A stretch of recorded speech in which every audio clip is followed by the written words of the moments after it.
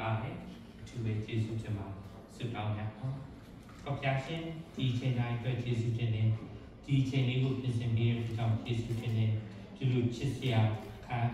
နာလို့ဆောင်စရာကောင်းပါရှင်ကိုစက္ကစရာကောင်းပါရှင်နဲ့ပြန်လည်၍ထိတွေ့စရာဒီဆောက်စရာချိန်လေးကိုခံရတဲ့ကြောင့်ကျေးဇူးစီစဉ်ကူစီနိုင်မှာသူရှိပါဘုံတော်ဖြစ်စားစရာဖြစ်စေပါဘုရားရှင်တည်ထောင်တဲ့ချစ်ခြင်းနဲ့ကံနဲ့ပြေဝတဲ့အိမ်တောင်လေးစာပြုဖို့ဆက်လက်ရည်တည်ခံမှုနဲ့အရှိကြည့်ဖို့ပဲဒီစီစဉ်ခုစီလိုက်တော့ဘုရားရှင်အကောင်းဆုံးလမ်းပြလို့မှာချာတပါးလေးတော့ခင်ခရစ်တော်ရဲ့မှာအားဖြင့်ဆုတောင်းပါသည် You all can sit and hear စက္ကန့်ချိန်ရဆောင်းရင်းမှာပြုတာဒီပါဘာလို့လဲ Sandra ကျွန်တော်ဒီဖျားရှင်တို့ကပတ်တော်အတိုင်းကျူးကိုကျူးတန်ရှင်းသောသက်သက်ချင်းဖြင့်တင်ပါရဲ့ဘဝကြီးချတာယာဒီဖြစ်စေဉာဏ်နဲ့ကြည်ဒီဖြစ်စေချမ်းသာဒီဖြစ်စေဆင်းရဲဒီဖြစ်စေဂျာမာဒီဖြစ်စေနာဒီဖြစ်စေအသက်ရှင်တဲ့ကာလပတ်လုံးကျူးကိုကျူးချစ်ချင်းမြတ်တာခြင်းကောင်းလို့ဆိုကြည့်ရှုပေါင်းပေါ်ပါလို့သစ္စာကြီးသာကံဒီခုချိန်၌စန္ဒရာအဘုလတ်ထန်တုဘုဒ္ဓိမှာပြရမှာဖြစ်ပါတယ်လက်ခံပြီးအသက်ဆုံးတိုင်းယူစုဆောင်ရွက်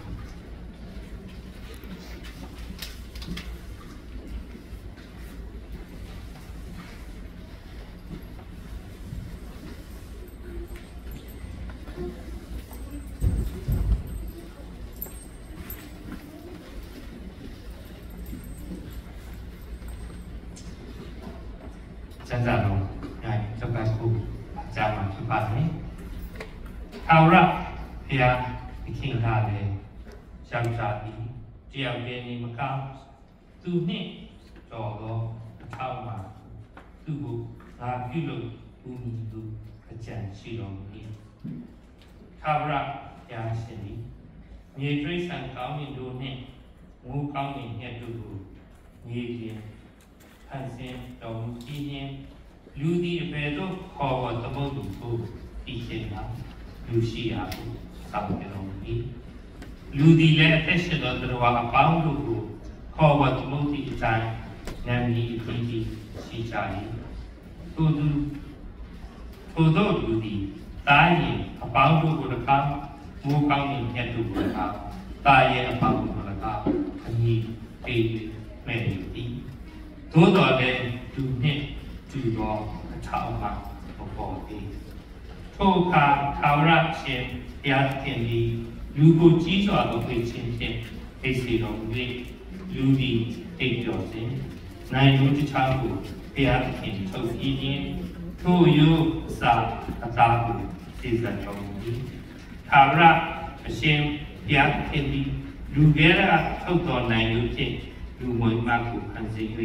လူရှိရာကိုဆောင်ခဲ့တော်မူ၏လူကလည်းယခုဤသူသည်ငါအယူထဲကအယူငါအသာထဲကအသာဖြစ်၏လူတွေကထုတ်တော်ကြောင့်သူ့ကိုလူမိမကိုခေါ်ပေါ်အပ်ပြီးဆို၏ထိုအကြောင်းကြောင့်ယောက်ျားသည်ကိုမိဘကိုဆွန့်၍ပုတ်ခင်မုန်းကိုဒီဝဲဖြင့်သူတို့သည်သာတစ်ခုသည်ဖြစ်ကြ၏ကဘာချမ်းခိုင်နေခိုင်နေဆက်ရှိကနေသုံးသပ်နေဒီခုချိန်မှာသူနဲ့သူလက်ချက်ပစ္စည်းဒီချင်းဒီမှာပါတယ်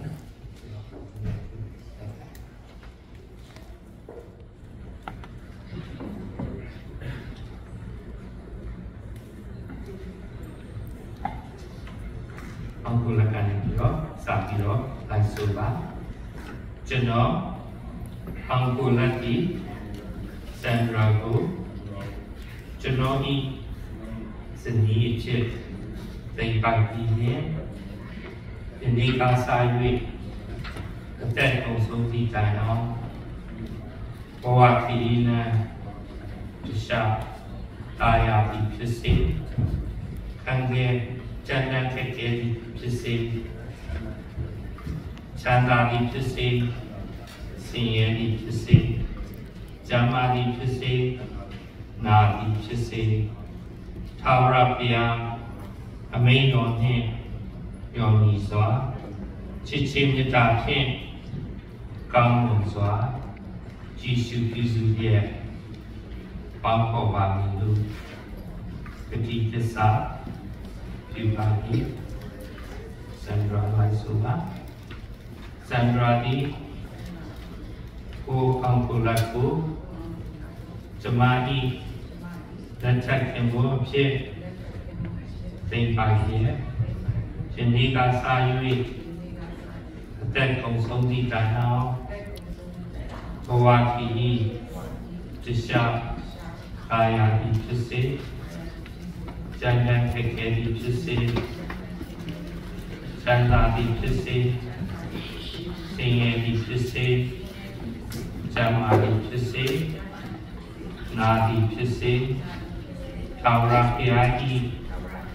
အမိန့်တော်ဖြင့်ပျော်ညီစွာချစ်ချင်းမေတ္တာဖြင့်ကောင်းမွန်စွာကြည်ရှုပြုစုလျက်ပေါင်းဖော်ပါမည်လို့ဂတိသစ္စာပြုပါ၏ဒီလိုပြုရတော့ဂတိသစ္စာကိုစောင့်ရှောက်ခြင်းကလက်ပြီးအချိန်မှရှိပါ့မလား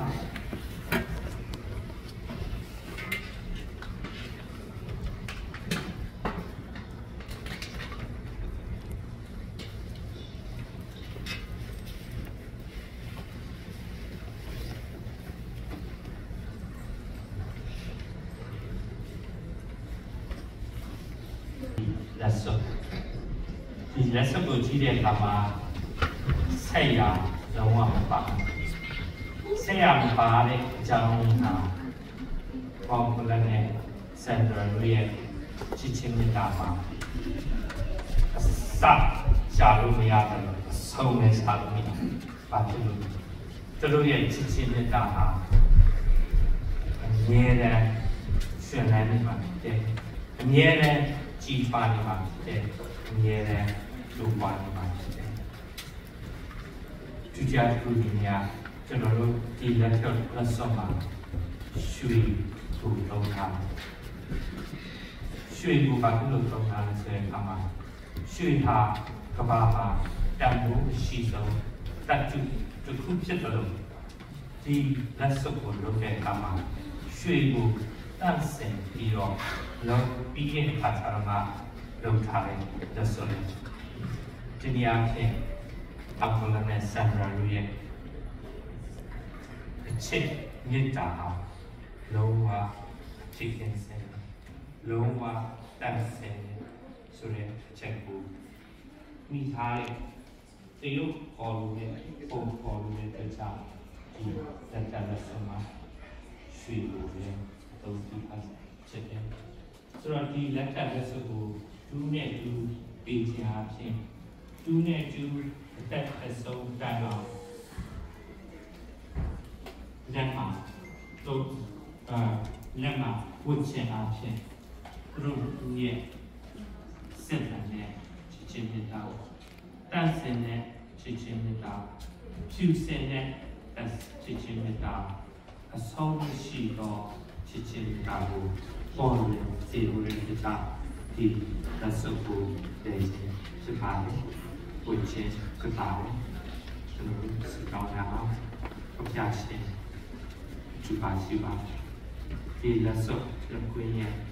ခုနပြောတဲ့ပုံဆောင်တဲ့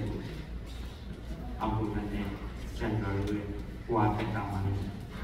ကိုရင်းတူတော့အဆင့်ကြတော့စင်တူတဲ့လို့ချစ်ချင်းနဲ့တာကိုရင်းဖြူစင်တော့ကိုရင်းနှလုံးသားထဲမှာလာတော့ကိုရင်းသူတို့ရဲ့အင်္ဂါတက်တယ်ဒိတ်ပဲရှိတယ်လို့ချစ်ချင်းနဲ့တာလေတို့ဒီရှင်းနိုင်ရပါပြီချာဖျားရှင်တွေ့တာချင်းစောင့်ပါခြင်းလမ်းပြခြင်းနဲ့သူတို့ကဆက်လက်ရှောက်နေရတော့ ခွင့်ကိုပေးတော်မူပါမည်အကြောင်းတပါးတော်ကိုသခင်ခရစ်တော်ရဲ့နာမမှာဆုတောင်းပါ၏အာမင်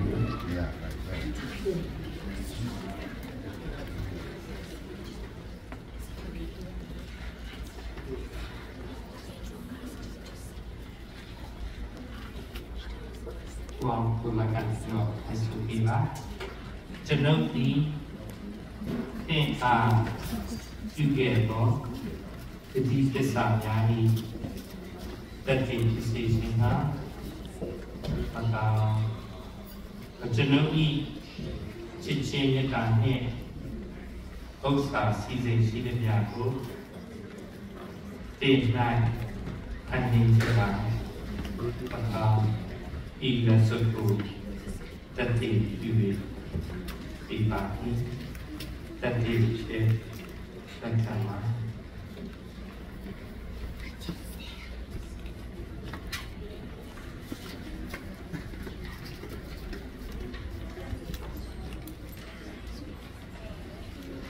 Sandra Malay Suma. Then be long, let's go. That day you share. That can together be the circle that they will be back.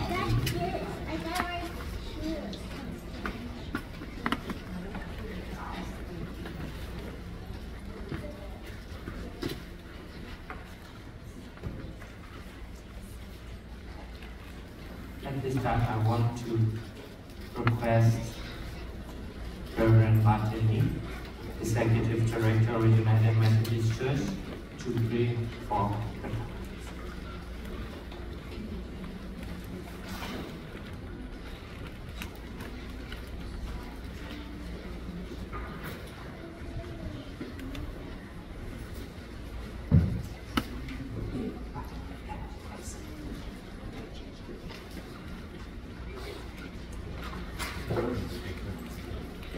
It's a beautiful paper, right?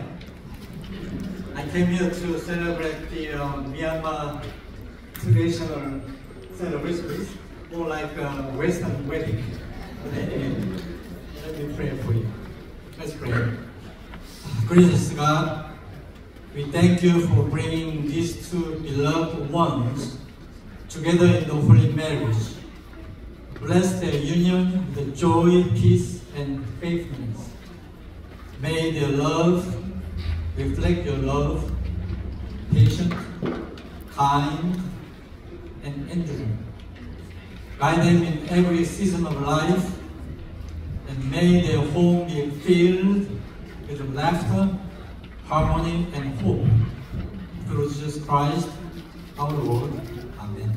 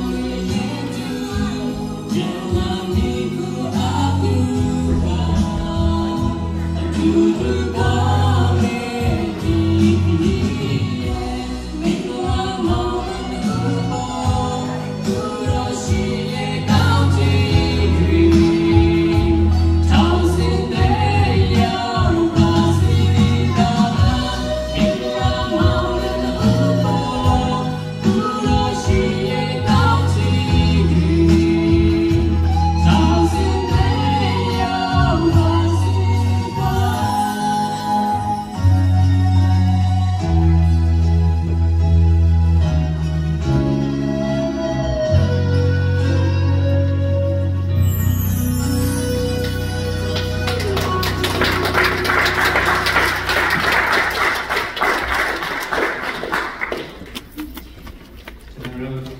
လက်ထပ်နေလားပညာရှင်ပြည်ရဲ့ဆိုတဲ့အခါမှာကျွန်တော်တို့ဘာကိုအချမ်းကြီးဒီကြလေးဆိုတဲ့အခါမှာ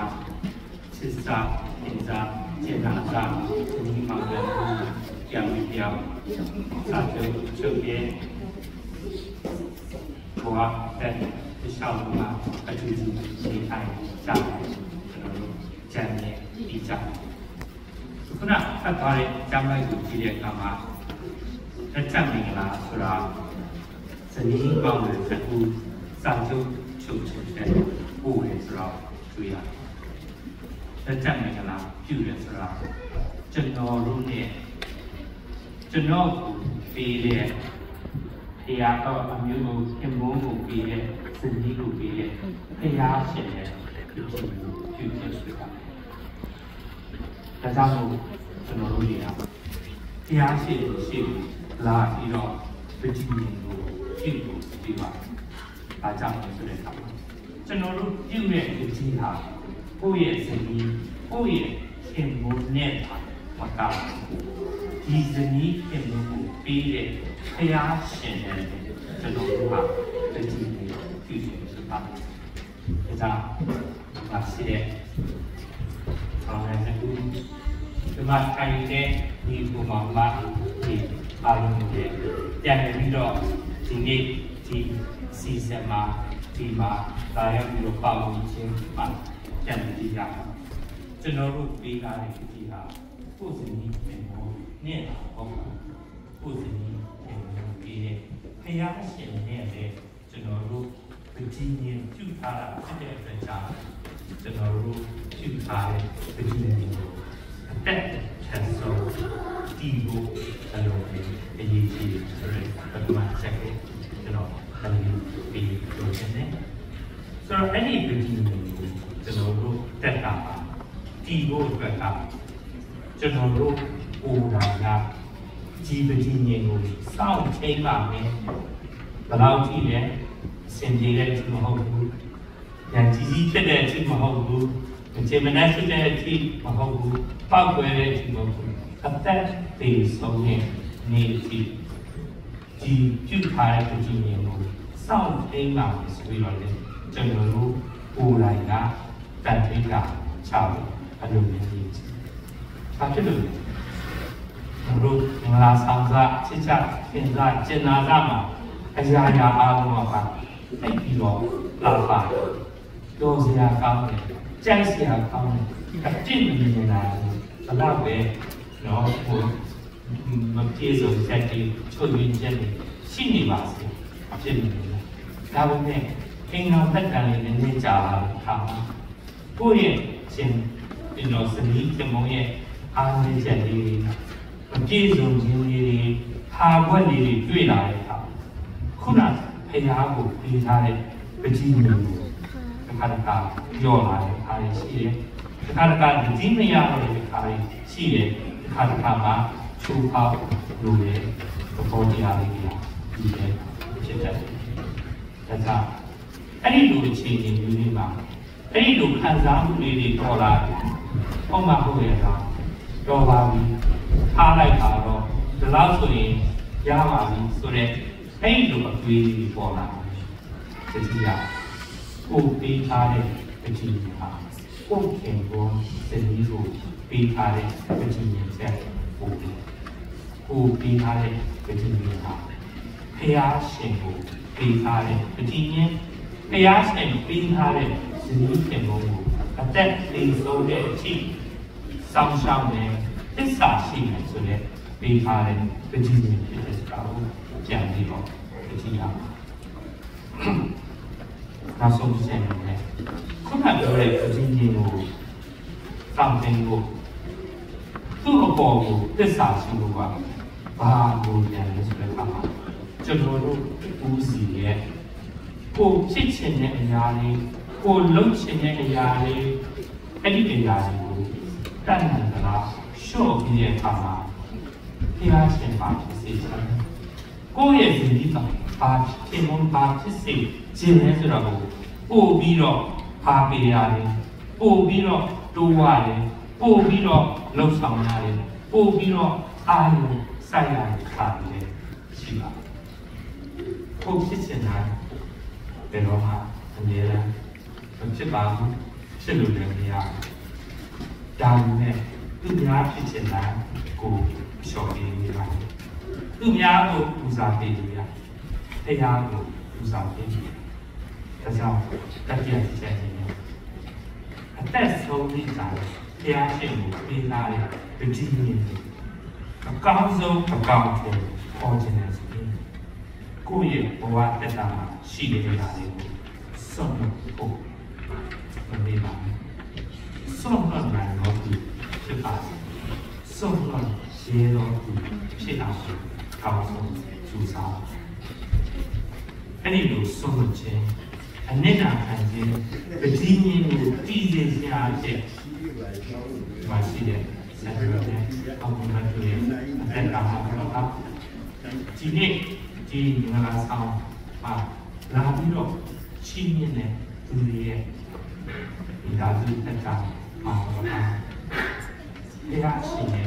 ဘုံတော်တရားရှင်ရဲ့မေတ္တာတရားရှင်ရဲ့ကောင်းတဲ့ခြင်းကိုပို့ပြီးတော့တွေ့ရပါတယ်။ဒါလည်းကလာဟုတ်ကဲ့ကျွန်တော်တို့စီမှာဇနီးတော်ရှိတယ်ကျွန်တော်တို့တားတယ်ကြီးတားတယ်ကြီးရတယ်တကယ်ကိုခရစ်ယာန်အင်ဂျင်ရဲ့ဒီပွင့်ခရစ်ယာန်အင်ဂျင်ရဲ့ကျွမ်းဝမှုခရစ်ယာန်အင်ဂျင်ရဲ့တော့ဒီကောင်းမြတ်မှုတွေကိုသူတို့သိခြင်းခံစားခြင်းလုပ်ခြင်းဒါပြန်မှာကိုယ်နဲ့သူ့ရဲ့ဇနီးတော်ကြားထဲမှာရှုပ်နေတာနဲ့တားတယ်ကြီးတာသူတို့ခံစားရတဲ့နဲ့တွေ့ကြုံတဲ့နဲ့ခရစ်ယာန်အင်ဂျင်ရဲ့ခံစားမှုတွေပြောနေရတယ်အခါရှိတယ်။သူတို့လည်းကြည့်ရတာခရစ်ယာန်အင်ဂျင်ကိုပြောတဲ့အခါကိုယ်နဲ့ကိုယ်စီတဲ့မှုတွေမကားဘူး။တာသမီတွေလည်းပါတယ်။ဒါနဲ့လည်းမဟုတ်ဆွေမျိုးတွေလည်းပါ။အင်းတော်တွေလည်းပါ။ဖျားရှင်ကကျွန်တော်တို့ဦးစီရဲ့အင်ဂျင်ကိုအသုံးပြုပြီးတော့သူ့ရဲ့ကောင်းတဲ့ခြင်းကိုဘေးနားမှာရှိတဲ့လူတွေအားလုံးအတွက်ပြီးအောင်မြင်အောင်ခံစားနိုင်အောင်စီစဉ်ထားတဲ့ညဉ့်ညက်တဲ့အရာဖြစ်တဲ့အတွက်ကြောင့်သူတို့အားလုံးဒီရဲ့ခရစ်ယာန်အင်ဂျင်ရဲ့ကြီးပြည့်စုံသောအသက်တာများကိုခံစားနိုင်အောင်ကျွန်တော်တို့နေရာစဉ်စူးစမ်းပြီးတော့သက်ရှင်ကြရအောင်အခုချိန်မှာနောက်ဆုံးဒီချင်းကိုဒီဆိုမှပါတယ်ဒီဆိုပြရမှာကောင်းပြီချာတဲ့တရားအပိ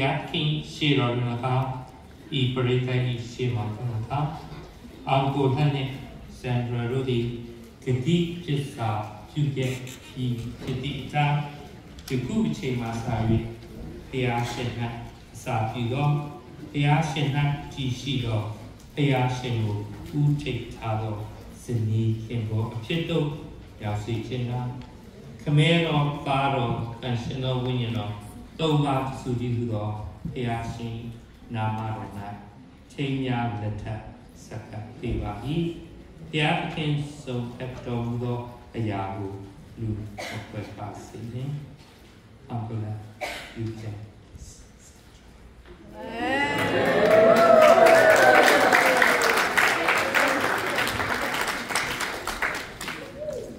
သူချိန်မှာသူတို့နဲ့အားလုံးပြန်ပြီးတော့ကောက်ပါလို့ချိန်ဖြစ်ပါမယ်